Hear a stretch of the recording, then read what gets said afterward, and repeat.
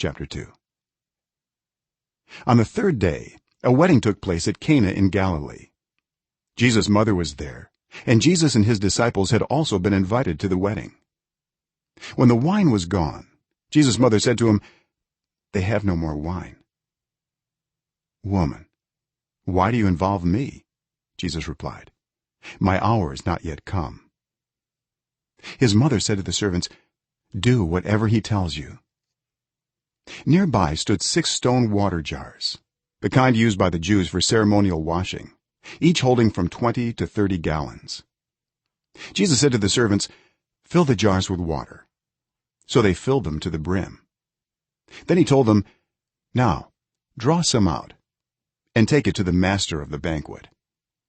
They did so, and the master of the banquet tasted the water that had been turned into wine. He did not realize where it had come from, though the servants who had drawn the water knew.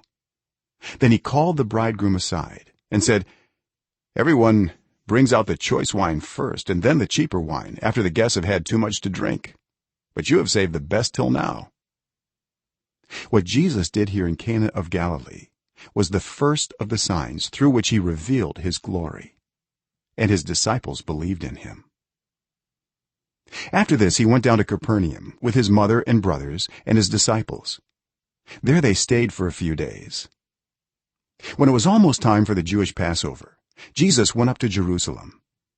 In the temple courts he found people selling cattle, sheep, and doves, and others sitting at tables exchanging money.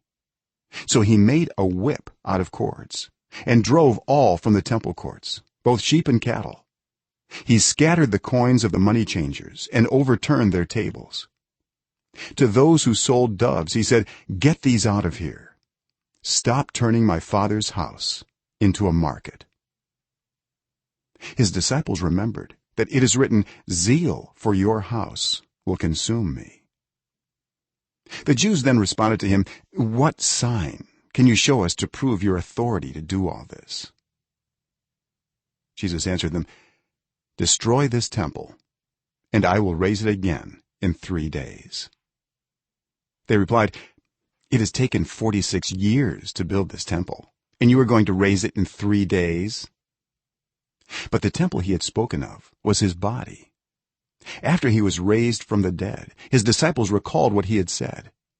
Then they believed the scripture and the words that Jesus had spoken. Now while he was in Jerusalem at the Passover festival, many people saw the signs he was performing and believed in his name.